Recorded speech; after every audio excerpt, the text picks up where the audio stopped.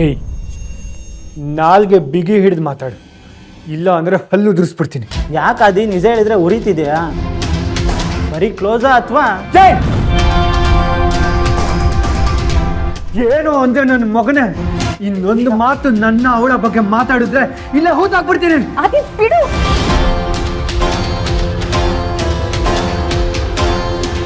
ಆದಿ ಯಾಕೋ ಹೀಗೆಲ್ಲ ಮಾಡ್ತಿದ್ಯಾ? ಸ್ವಲ್ಪ ಸುಮ್ಮನೆ ಇರ್ತೀಯಾ? ಮತ್ತೆ ಅವ್ನು ನಿನ್ ಬಗ್ಗೆ ಏನೇನೋ ಮಾತಾಡ್ತಾ ಇದ್ರೆ ನೋಡ್ಕೊಂಡು ಸುಮ್ಮನೆ ಇರಕ್ಕಾಗುತ್ತಾ? ಇದೆಲ್ಲ ನಿನ್ನಿಂದನೇ ಆಗಿರೋದು ಲಕ್ಷ್ಮಿ. ನಿನ್ನಿಂದ ಎಷ್ಟೆಲ್ಲ ರಾಧ ಅಂತ ಆಗಿದೆ, ನಿನಗೆ ಅಷ್ಟೆಲ್ಲ ಅವಮಾನ ಆಗಿದೆ. ಆದ್ರೂ ಕಾಲೇಜಿಗೆ ಬರೋದಕ್ಕೆ ನಾಚಿಕೆ ಆಗಲ್ವಾ ನಿನ್ಗೆ? ಈಗ ನಿನ್ನಿಂದ ಆದಿಗೆ ಅವಮಾನ ಆಗ್ತಿದೆ. ಏನು ಇದನ್ನೆಲ್ಲ ಅವನ ಹೆಸರು ಹಾಳು ಮಾಡ್ಬೇಕು ಅಂತಾನೆ ಈ ತರ ನಡ್ಕೋತಿದ್ಯಾ? ಆದಿ,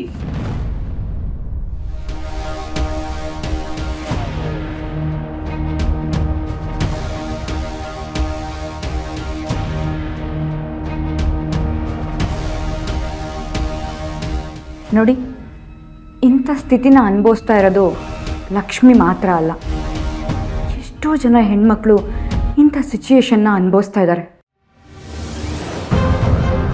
ನಂದೇನೋ ತಪ್ಪಿಲ್ಲ ಅನ್ನೋದು ಇಲ್ಲಿ ಸಾಬೀತಾಗೋಯ್ತು. ಆದರೆ ಎಷ್ಟೋ ಜನ ಹೆಣ್ಮಕ್ಳು ಈ ಥರ ಕೋಪಕ್ಕೆ ಬಿದ್ದು ಸಂಕಟ ಅನುಭವಿಸ್ತಾ ಇದ್ದಾರೆ. ಇಂಥ ಟ್ರೋಮಾನ ಅನುಭವಿಸ್ತಾ ಇರೋ ಹೆಣ್ಮಕ್ಳು ಪರಿಸ್ಥಿತಿ ಹೇಗಿರುತ್ತೆ ಅಂತ ನಿಮಗೆ ಯಾರಿಗಾದ್ರೂ ಗೊತ್ತಾ?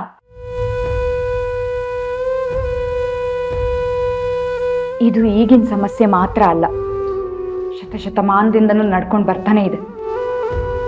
ಸೀತಾ ಮಾತೆ 14 ವರ್ಷ ರಾಮನ ಜೊತೆ ವನವಾಸ ಅನುಭವಿಸಿ ಬಂದಿದ್ರು, ರಾವಣ ಅವಳನ್ನ ಹೊತ್ಕೊಂಡು ಹೋಗಿದ್ದಾನೆ ಅಂತ ಅವಳ ಮೇಲೆ ಅನುಮಾನ ಪಡ್ತಾರೆ. ಆದರೆ ನಿಮಗೆ ಗೊತ್ತಾ, ರಾವಣ ಯಾವತ್ತೂ ಒಂದು ಸತಿನೂ ಅವಳನ್ನ ಟಚ್ ಕೂಡ ಮಾಡಿಲ್ಲ. ಈ ಕತೆ ಎಲ್ರಿಗೂ ಗೊತ್ತಿದ್ರು ರಾವಣ ಹೊತ್ಕೊಂಡು ಹೋಗಿರೋದ್ರ ಬಗ್ಗೆನೇ ಮಾತಾಡ್ತಾರೆ ಹೊರತು ಸೀತೆದು ಯಾವುದು ತಪ್ಪಿಲ್ಲ ಅಂತ ಯಾರು ಮಾತಾಡಲ್ಲ. ನಮ್ಮ ಪರಿಸ್ಥಿತಿನೂ ಈಗ ಅದೇ ಥರನೇ. ಒಂದು ಹುಡುಗಿಗೆ ಯಾವುದಾದ್ರೂ ಒಂದು ಹುಡುಗ ಪ್ರಪೋಸ್ ಮಾಡಿದ್ರೆ ಆ ಹುಡುಗಿನೇ ಸರಿ ಇಲ್ಲ, ಚಲಾಗಿ ಆಡ್ತಾಳೆ ಅಂತಾರೆ.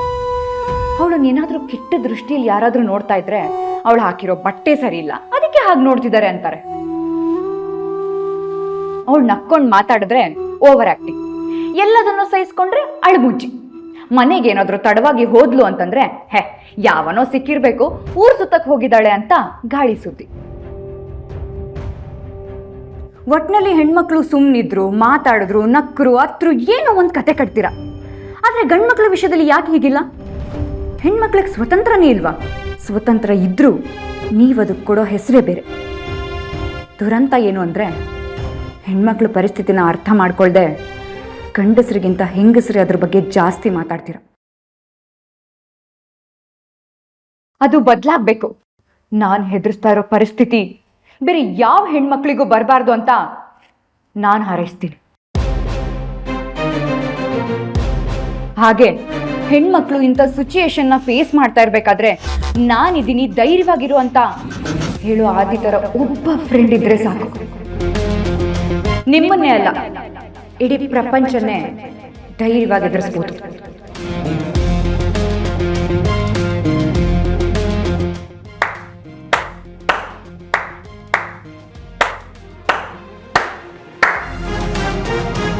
ಕ್ಲಾಸಲ್ಲಿ ಏನೋ ಗಲಾಟೆ ಆಗ್ತಾ ಇದೆ, ಬೈಯೋಣ ಅಂತ ಬಂದೆ.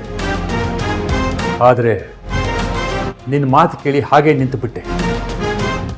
ನೀನು ಹೇಳಿದ ಒಂದೊಂದು ಮಾತು ಸತ್ಯನಮ್ಮ. ನನಗೂ 2 ಹೆಣ್ಮಕ್ಳಿದ್ದಾರೆ.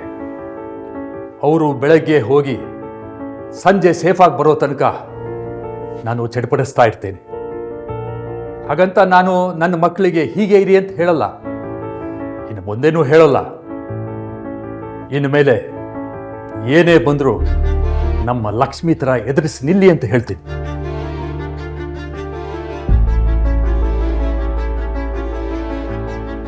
ನೋಡಿ, ಇವತ್ತೇ ಕೊನೆ. ಇನ್ನು ಮುಂದೆ ಯಾರು ಈ ವಿಷಯದ ಬಗ್ಗೆ ಚರ್ಚೆ ಮಾಡಬಾರ್ದು. ಹೋಗಿ ಪ್ಲೀಸ್, ನಿಮ್ಮ ಸೀಟಲ್ಲಿ ಕೂತ್ಕೊಳ್ಳಿ.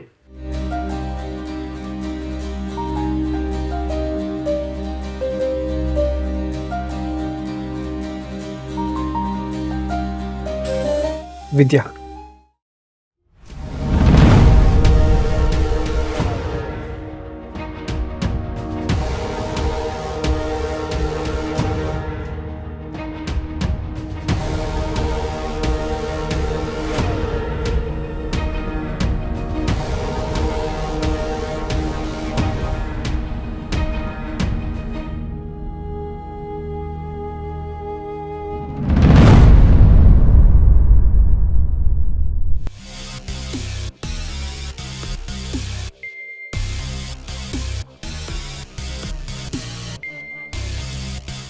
ಎಲ್ಲ ಔಟ್ಡೇಟೆಡ್ ಆಗಿರೋ ಥರ ಇದೆ.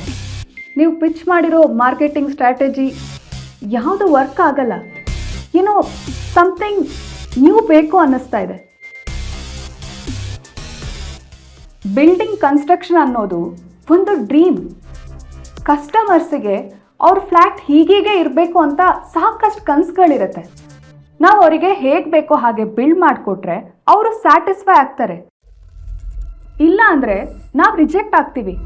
ಆಗ ನಮ್ಮ ಕಂಪ್ನಿ ಹೇಗೆ ಡೆವಲಪ್ ಆಗುತ್ತೆ ನೀವೇ ಹೇಳಿ.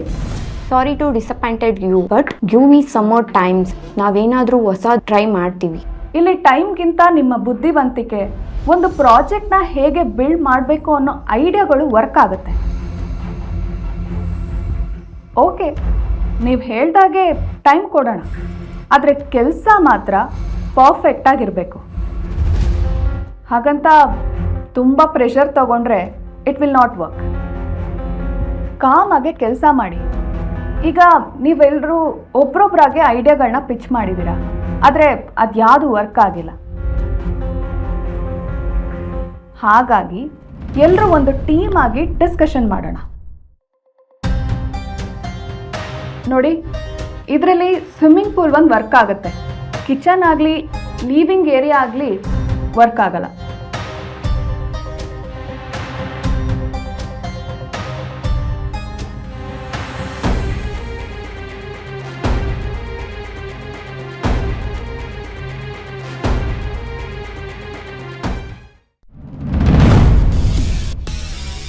ಈಗ ನಾವು ಇದರಲ್ಲಿ ಯಾವ್ದ್ಯಾವ್ದು ಚೆನ್ನಾಗಿದೆಯೋ ಅದನ್ನು ಬ್ಲೆಂಡ್ ಮಾಡಿ ಒಂದು ಪ್ರಾಜೆಕ್ಟ್ ಆಗಿ ವರ್ಕ್ ಮಾಡಿದ್ರೆ ಅದು ಚೆನ್ನಾಗಾಗುತ್ತೆ. ಈಗ ನಾನು ಏನು ಎಕ್ಸ್ಪೆಕ್ಟ್ ಮಾಡ್ತಿದ್ದೀನಿ ಅಂತ ನಿಮಗೆ ಗೊತ್ತಾಗ್ತಿದೆ ಅಲ್ವಾ? ಎಸ್ ಮ್ಯಾಮ್, ನೀವು ಹೇಳ್ದಂಗೆ ನಾವು ಡಿಸೈನ್ಗಳನ್ನ ರೀವರ್ಕ್ ಮಾಡ್ತೀವಿ. ಓಕೆ, ಬಟ್ ಇದೆಲ್ಲ ಫಾಸ್ಟಾಗಿ ಆಗಬೇಕು. ಸರ್ ಹೇಳಿದಾಗ ನಾವಿದೆಲ್ಲ ಮುಗಿಸಿಲ್ಲ ಅಂದರೆ ಅವ್ರು ಬೇಜಾರು ಮಾಡ್ಕೊಳ್ತಾರೆ. Okay ma'am.